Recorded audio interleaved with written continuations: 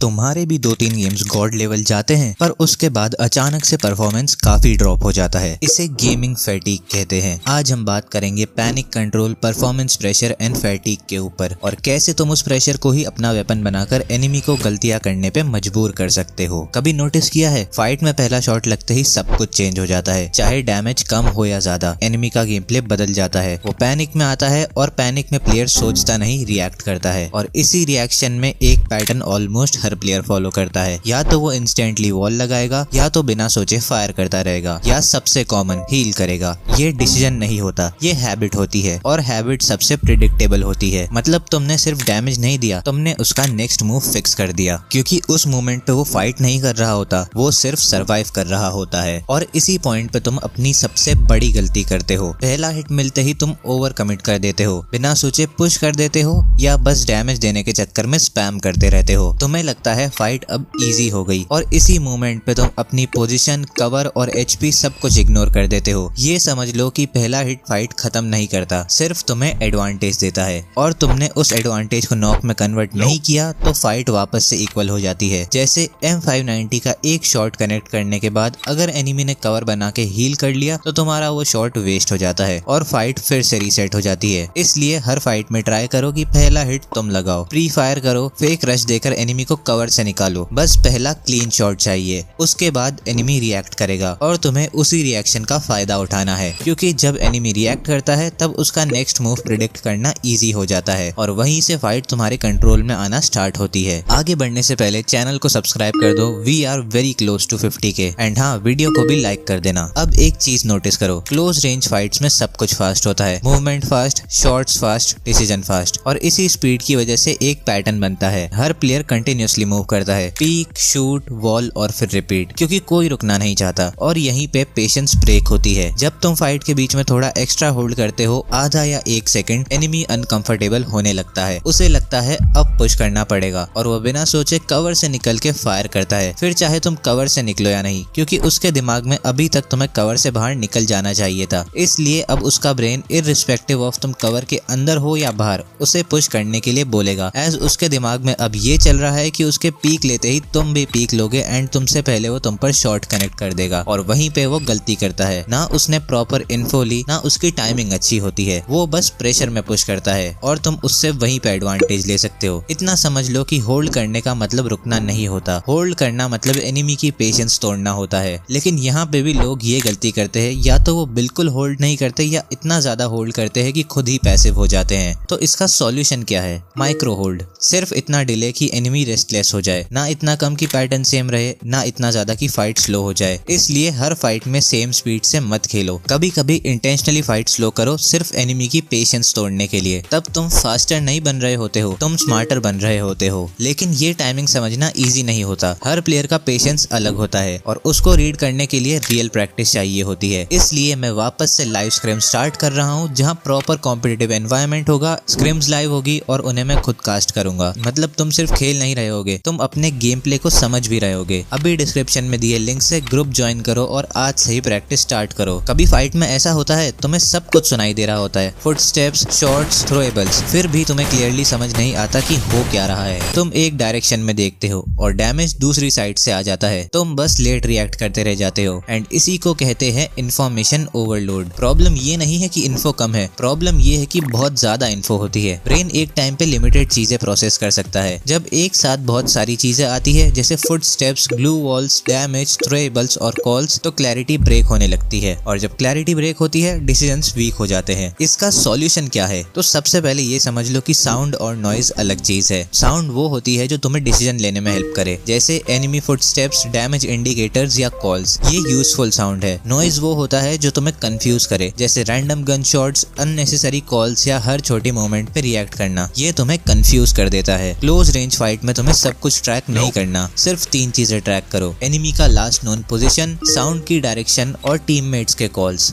बस बाकी सब इग्नोर मत करो, पर उस पर रिएक्ट भी मत करो। जितना तुम सिंप्लीफाई करोगे उतना तुम फास्ट और क्लियर डिसीजन लोगे। अब ये तुम एनिमी पे कैसे यूज करोगे? उसे एक ही चीज पर फोकस करने का टाइम ही मत दो, बार बार पोजीशन चेंज करते रहो। मेल्टर्स और थ्रोएबल्स, फुटस्टेप्स और रैंडम गन शॉट्स के साउंड से उसे कंफ्यूज करो। एक जगह ग्लू वॉल लगाकर दूसरी डायरेक्शन से रश करो ताकि उसे लगे कि पुश हो रहा है, जबकि तुम एंगल चेंज कर रहे हो। मतलब उसे एक क्लियर पिक्चर मत दो, उसे मल्टीपल सिग्नल्स दो ताकि उसे डिसाइड करना पड़े कौन सी इन्फो सही है, और उसी डिसीजन में वो स्लो हो जाएगा और तुम्हें वही चाहिए। कभी नोटिस किया है 2-3 मैचेस में तुम पीक लेवल पे खेलते हो और फिर अचानक से सिंपल फाइट्स भी लूज होने लगती है। एक मोमेंट में तुम 1v4 निकाल लेते हो और नेक्स्ट मोमेंट बेसिक फाइट्स भी लूज करने लगते हो। ये एक रीजन से नहीं होता, मल्टीपल रीजंस एक साथ काम करते हैं। First, mental fatigue. कभी स्टार्टिंग के मैचेस अच्छे जाते हैं लेकिन धीरे धीरे गेम प्ले वीक लगने लगता है। कंसिस्टेंसी इसलिए ड्रॉप होती है क्योंकि तुम्हारा ब्रेन लगातार डिसीजंस लेते लेते थक जाता है। स्टार्टिंग में तुम कॉन्शियसली खेलते हो, हर मूव कंट्रोल्ड होता है क्योंकि तब तुम फ्रेश माइंड से खेल रहे होते हो। फिर धीरे धीरे हर मैच के साथ मेंटल स्टेमिना ड्रेन होने लगता है और फिर तुम बस फिजिकली खेल रहे होते हो, मेंटली नहीं। इसे फिक्स कैसे करना है? कंटिन्यूअसली मत खेलो। जब डिसीजन नोटिसेबली वीक हो जाए उसके बाद ग्राइंड मत करो। हर मैच के बाद 2-3 मिनट का मेंटल रीसेट करो। ये बहुत ज्यादा इंपॉर्टेंट है कंसिस्टेंसी मेंटेन करने के लिए। मैच खत्म होते ही अगले मैच की प्लानिंग से पहले कुछ टाइम लो मेंटल रीसेट के लिए। Second, attention instability. कभी फाइट के बीच में फोकस टिकता ही नहीं है। तुम एक चीज स्टार्ट करते हो और फिर अटेंशन कहीं और चला जाता है और उस पर फोकस करने लगते हो, जिससे एग्जीक्यूशन इनकम्प्लीट रह जाता है। इसलिए कभी 1v4 और कभी बेसिक मिस्टेक्स। सिंपल सा फिक्स इसका ये है कि एक ही चीज पर फोकस रखो जब तक उसे पूरा ना कर लो या उससे ज्यादा इंपॉर्टेंट सिचुएशन ना आ जाए। बाकी सब कुछ सबकॉन्शियस माइंड को कंट्रोल करने दो। Third, physical fatigue.